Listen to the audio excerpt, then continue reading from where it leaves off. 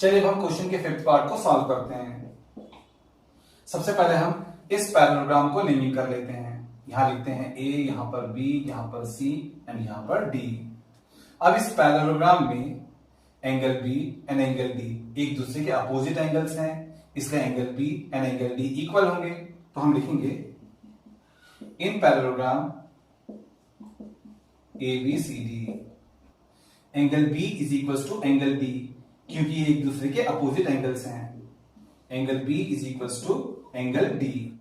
इसके लिए रीजन होगा अपोजिट एंगल्स ऑफ पैरेललोग्राम। अब जो ये बी एंगल है वो 112 डिग्री का है, तो हम बी की जगह पर लिखेंगे 112 डिग्री। फिर इक्वल्स टू है तो लगाएंगे इक्वल्स टू। फिर है एंगल डी का वैल्यू है y, तो हम एंगल डी की जगह पे लिखेंगे y। तो यहां पर हमारा y आ गया 112 डिग्री का। ये आ गया हमारा फर्स्ट इक्वेशन। चलिए अब हम x एंड z को निकालते हैं। x को निकालने के लिए हम ये जो ट्राइंगल है ए सी डी, इस ट्राइंगल को लेंगे। तो लिखते हैं in triangle A C D, in triangle A C D. इस ट्राइंगल ए सी डी में एक एंगल है 40 डिग्री का, दूसरा एंगल है x और तीसरा एंगल है y।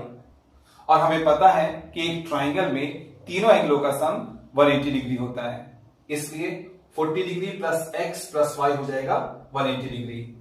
40 degree plus x plus y हो जाएगा 180 degree.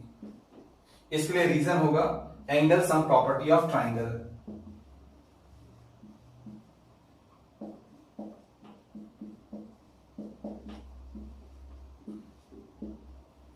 Angle sum property of triangle कहता है कि एक ट्राइंगल के तीनों एंगलों का सम 180 डिग्री होता है।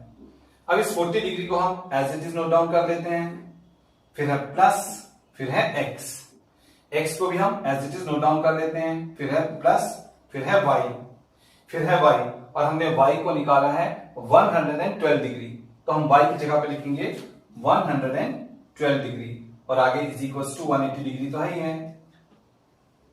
अब हम इस x को as it is note down कर लेते हैं। फिर जब हम 40 डिग्री को 112 डिग्री के साथ में ऐड करेंगे तो आएगा 152 डिग्री और आगे इज इक्वल टू 180 डिग्री तो है ही है। अब हम इस x को as it is note down कर लेते हैं।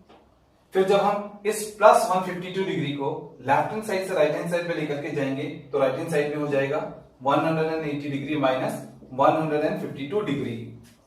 तब हमारा x आएगा 180 डिग्री में से जब हम 152 डिग्री को माइनस करेंगे तो आएगा 28 डिग्री।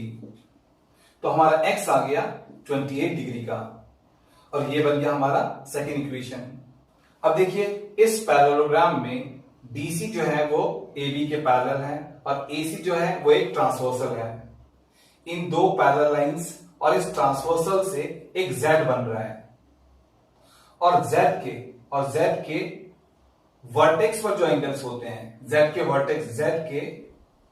वर्टेक्स पर जो एंगल्स होते हैं वो एक दूसरे के ऑल्टरनेट इंटीरियर एंगल्स होते हैं। और जब लाइंस पैरेलल हो तो ऑल्टरनेट इंटीरियर एंगल्स बराबर होते हैं, इसलिए एंगल DCA CAB के इक्वल होगा। तो हम लिखेंगे since DC is parallel to AB, इसलिए जो ये एंगल होगा एंगल DCA ये वाला angle is equal to angle CAB ये वाला एंगल।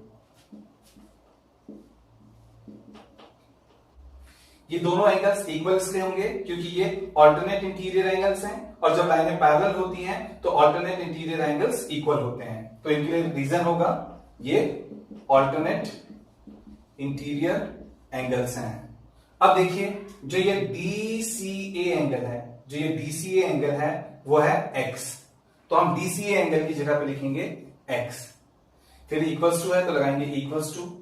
फिर है एंगल CAB, फिर है एंगल CAB यानी कि ये वाला एंगल, और ये वाला एंगल z का है, तो हम CAB की जगह पे लगाएंगे z।